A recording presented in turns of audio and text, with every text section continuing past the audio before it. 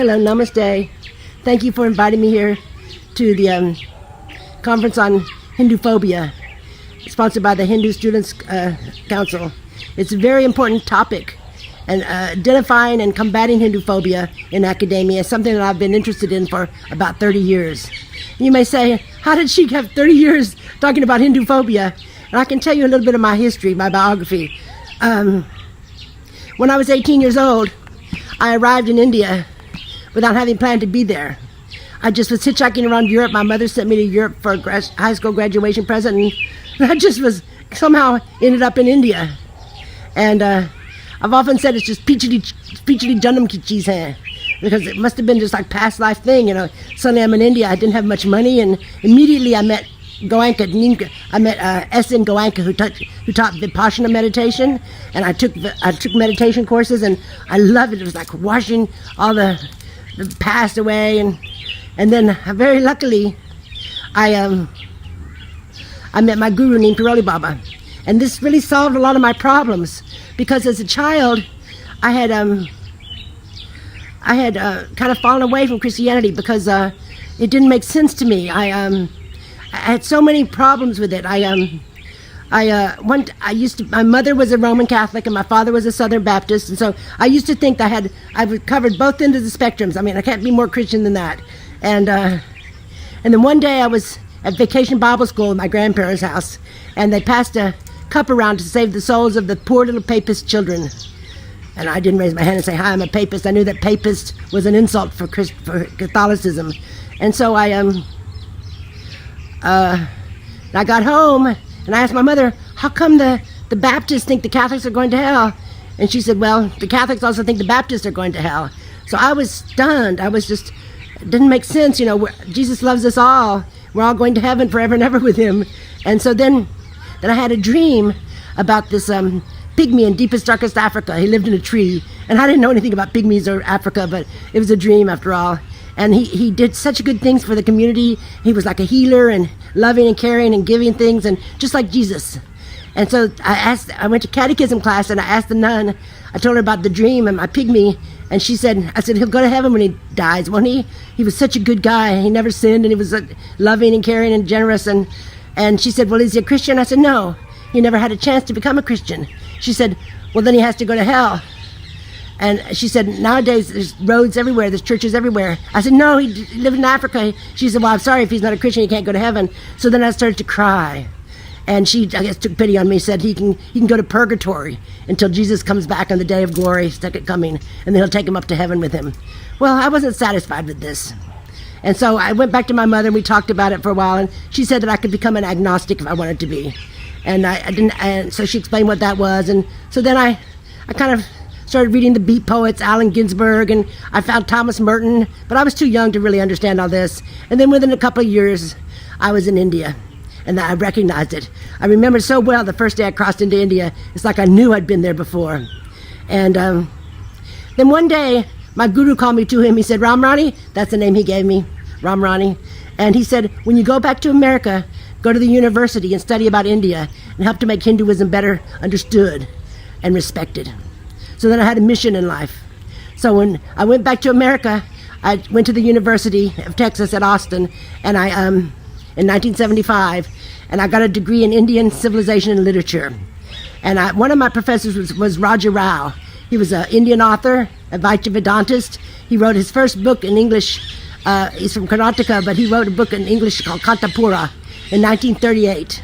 And he's written other books, The Serpent and the Rope and Shakespeare and the Cat, and he was my mentor, a really sweet man.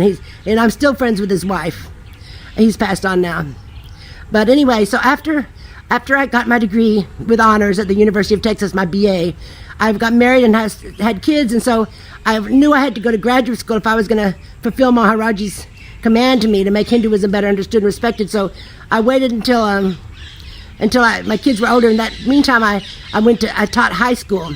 And I was teaching world history, and the chapter on India in the world history textbooks was just full of mistakes and bias and prejudice. They talked about every page had a picture of untouchables and carrying a human excrement on their head, and every other paragraph was just all about, it was only, you'd think that's only untouchability in India. And even they talked about sati and infanticide and pollution and population, and it was just like this terrible picture of India in the textbook. And it's like, you wouldn't want to go there at all, you know? I mean, how can these people stand to live there? And what is this pagan religion? And it didn't talk anything about the things the way that I understood Hinduism. So I thought, you know, after my kids are a little bit older, I'll go to graduate school and I'll do an analysis of the high school history textbooks on India and see if we can't change that. So then, one example of a page in the textbook, there was a man with a little beanie on his head, and his hands were like this in prayer, obviously a Muslim gentleman offering namaz, and the caption said, a Brahmin offering prayers. So, I mean, even that little bitty mistakes, it's just common, it's an example of all the mistakes that you find throughout. And another page that was really interesting is there are these two pictures of these medieval looking warriors or something. I don't know what they were. They didn't look very Hindu to me. And it said the main gods of India. And then one was Varuna and one was Indra. I thought, Varuna and Indra? Who's making this stuff up? I never heard of, you know, I never heard of Indra Mandir. I mean, where's Hanuman and Ganesh and Ram and Krishna? And so these textbooks are going to change. They talk about sati, they talk about infanticide, they talk about all the negative things. And the other textbooks on Christianity, they didn't talk about witch burning. I mean, they didn't talk about the negative stuff. And this is, sure, you need to know about the negative things in a country, but not when you're a child, because many of these people, these students, they'll never study about India in another context. So this class that they took in their junior high area period is the only time they'll ever learn about India. And if it's just all this negative stuff, then they'll never know anything but that. And so anyway, after my kids got a little bit older, I started graduate school in January 1993. Which is exactly 5 weeks after the Babri Masjid was destroyed. And when I got to the Department of South Asian Studies at the University of Texas, I found the faculty that was verging on anti-Hinduism. I was shocked, and I called it anti-Hindu bias. Everybody had an anti-Hindu bias, except a couple of people didn't. Like Raja Rao, of course, he didn't, and Dr. Van Ophen taught Hindi. There was a few people who were like above that, and but the people who taught about Hinduism and the historians, they had this anti-Hindu bias. And they thought Hinduism was kind of like Nazism, and you had to discourage it. For example, they told me to never write anything that would uphold or glorify the Hindu myth of the golden age of Hinduism. You don't want to encourage the fundamentalists, the Hindu nationalists or whatever. And so like there's an archaeological discovery off the coast of Gujarat that they found an underground city, underwater, they found a city like a port city, Dwarka, and the carbon-14 dating verified that it was thousands of years old. And the professors didn't want to talk about that very much because they didn't want to talk about anything that would promote the golden age of Hinduism because it encourages Hindu nationalists. And they would rather ignore incredible archaeological discoveries which might be used by Hindus to support their ideas of the ancient historical status of Hinduism. And no other culture is treated like that, denying scientifically verified discoveries because they would be used to prove the ancientness theory of Hinduism. So instead we're told to blindly accept the biblical dating, the time frame based by European Indologists in the 18th century. Professors told me that I couldn't be a Hindu. I couldn't study Hinduism if I was a Hindu. They're not telling Muslims they can't study Islam if they're Muslim. Christians can study Christianity, but Hindus, they don't want Hindus to study Hinduism because they teach it wrong, and Hindus would be objecting all the time. And anyway, so they told me that I should embrace my Christian roots. I shouldn't be a Hindu. And they would never tell a Hindu he couldn't be a Christian if he converted to Christianity. So it's like this hypocrisy. So now when I first started graduate school, I wanted to investigate and chronicle the many biases and mistakes about India that I found in the secondary level textbooks. I thought professors of Hindu studies would be very disturbed by these problems, and that were so rampant in the high school curriculum. and that perpetuated this bias and the stereotyping. But instead, the professor said, well, that's the way we've always represented Hinduism academically. And again, I was warned not to do anything that could lend credence to the ancientness theories of Hinduism, promote the Hindu nationalists, or support the golden age of Hinduism. Now this is interesting how they use the presentism, the politics of the present, to analyze the ancient past. Completely not a very good historical strategy. So I found myself in a very tricky situation and realized that in order to eliminate the bias about Hinduism in secondary level textbooks, I would have to find another route. So in 2006, a few years after I graduated at my PhD, I found that there's a process in California where they reevaluate the textbooks, and different people can look at it, because in sixth grade textbooks they teach all the religions of the world, your world cultures. And so Muslims came in to evaluate the chapter on Islam, and Christians were evaluating the chapter on Christianity, and Jews were evaluating the chapter on Judaism, and some people were working with me to evaluate the chapter on Hinduism. So we were progressing quite nicely and making some changes, trying to get the infanticide out of there, and the sati, and every page wasn't just casteism, was every single paragraph. Because in India, it's not just the caste system, there are other things there. And then right towards the end of our process, it was several months long process, suddenly there came this hysterical letter from a professor at Harvard University. His name was Michael Witzel. And he warned the California Textbook Board that the people representing Hinduism were fascists and murderers, and the textbook board should reject our editorial suggestions carte blanche. And so it really freaked out the textbook board. And so they wanted to reject all of our... they'd already accepted all of our editorial suggestions, and they suddenly rejected them because this Harvard professor on letterhead had told them, they'd met with us several times. We didn't seem like fascists to them. But then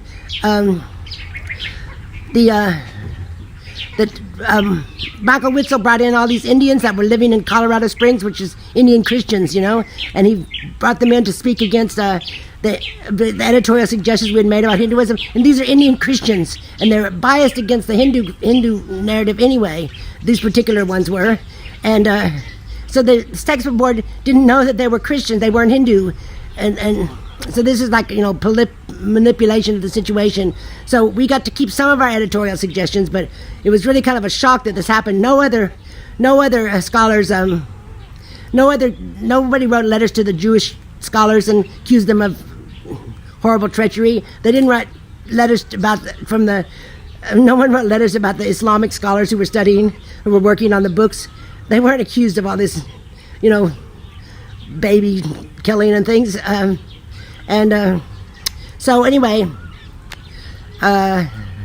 one of the things, the red lights, the flag that the scholars don't like at all is if you question the Aryan invasion theory. Now, inherent in the word is theory. So these are the Aryan invasion theory. And if you try to show the other side of the theory, that's not just one side of the theory, all of a sudden, that's a Hindu nationalist perspective. So if you question the Aryan invasion theory, you're obviously a Hindu nationalist, and you probably kill babies. And so anyway, now the textbooks in California are reviewed every 10 years. So between 2006 and 2016, a group of professors, including Michael Witzel and Kamala Vishwaswaran, made themselves ready they had a little committee, an organization that they made in order to spring into action to head off the work of Hindus to try to remove the bias against Hinduism in the next section in 2016. And so in 2016 came around, and before we could even do anything, they were already there ahead of us, and they insisted that these professors insisted that the words India and Hinduism be eliminated from the textbooks. Instead of India, we're supposed to put South Asia, and instead of Hinduism, we're supposed to put religion of South Asia. And so it's just really an awkward sort of sentence when everything's South Asia, South Asia, South Asia, and can't use the word India or Hinduism. And the textbook board was kind of listening to these people because they had Harvard stationery and all this, and then luckily a group of 30 professors wrote a letter to the textbook board and said, it's ridiculous, you have to use the word India. But so the argument was that there's no India that was invented by the British, and there's no Hinduism that was invented by the Muslims to draw a distinction against them. And but then luckily these other 30 professors, they won the day, and we were able to keep the word Hinduism and the word India in the textbooks. But this is the kind of crazy problems that Hindus have in order to work in the academic world and to try to eradicate bias against their religious tradition. So to me, when these 30 professors wrote this letter in defense of the Hindus, it showed a change. It was a sea change. All of a sudden, professors were were taking our side, and I hope it's something to come. I hope it's a sign of the future that Hindus are not derided. Other people, if Hindus can study Hinduism, but not in academia. They don't want Hindus in their classrooms, and so this is now a new thing. Hopefully, Hinduism will be more accepted. A little bit more. Insiders will have a voice. That's the thing that's missing in the study of Hinduism. It's like the insiders don't have a voice, and when they do try to speak up, they're like derided or insulted and called the Nazis and stuff. And so anyway, in my master's study, which you can see on the internet, I have it at YvetteRosser.com, and it's a study about, I looked at textbooks from the 60s, the 70s, the 80s, and the 90s. And the textbooks in the 60s were kind of like Disneyland. I mean, they said things like, American families can go to India, it's like great for tourism, the architecture's so lovely, there's cows in the street, the mountains are beautiful, and it just kind of, and they did talk about untouchables and stuff, but it wasn't as bad. But then in the 70s, suddenly it was all about untouchability, and it was all negative, and then and they even said, you can't trust India because sometimes at the United Nations, they vote with the Soviet Union, so they're not really our friend. And this is like using the presentism, using politics of the present moment to analyze the ancient past. And so in the 80s, it was more intellectual. Actually, the best books were published in the 80s. They weren't quite so bad as some of the other ones. But by the 90s, that's when they had I don't know if I lost my time frame. 60s was the Disneyland, 70s was where you voted for the Soviet Union, 80s was okay, and the 90s were when they used postmodernism, and it kind of turned India doesn't even exist, And so one example from the textbooks I can read to you. The textbook tells the students that, quote, moral conduct was unimportant to the Aryans. However, it's easy to see that it's refuted by many Sanskrit eulogies to noble and virtuous character. The book explains that rituals consisted of pouring juice of soma and liquid butter into the sacred fire. The significant statement says, the good qualities of the person performing the puja does not matter. This seems to indicate that Brahmins were not bestowed with adequately good qualities, when in fact, according to Vedic tradition, Brahmins were held to a stricter moral code than other strata of society. They had to be in a state of ritual purity to perform the ceremonies, and that included proper conduct. Statements such as this reinforce the perception that moral conduct, as found in Indian philosophy, is relative and unimportant, compared to the later Semitic traditions with their clearly articulated and specific list of do's and don'ts. Hinduism can appear to have fluid views of morality when in fact there are detailed and codes of behavior. Honesty and trustworthiness are highly valued. Ultimately, there's an overall subtle academic bias against Hinduism, which will only go away by the efforts of scholars like those in attendance here today.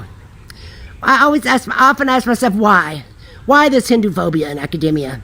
And I came to realize that if Hinduism were described accurately, people would be sitting in front of their puja tables and meditating. I suppose that is a threat.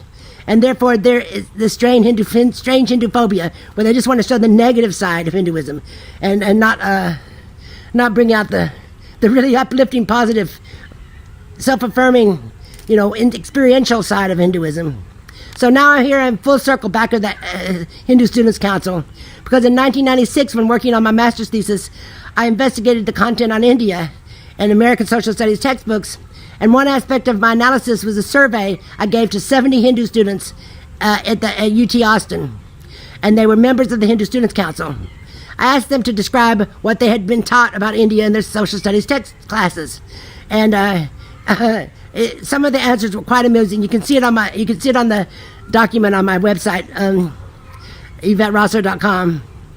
And so here again, now the Hindu Student Council is working to eliminate the bias and prejudice against Hinduism in academia. Congratulations. I'm so proud of you for doing this. Let's keep working on this important project, and eventually the bias will be eradicated. It took a few centuries for the biased approach to the teaching of India to become the norm, and it will take at least a generation of workers to change that narrative. But don't give up the mission. Kudos. Thank you. Ram Ram. Bye-bye.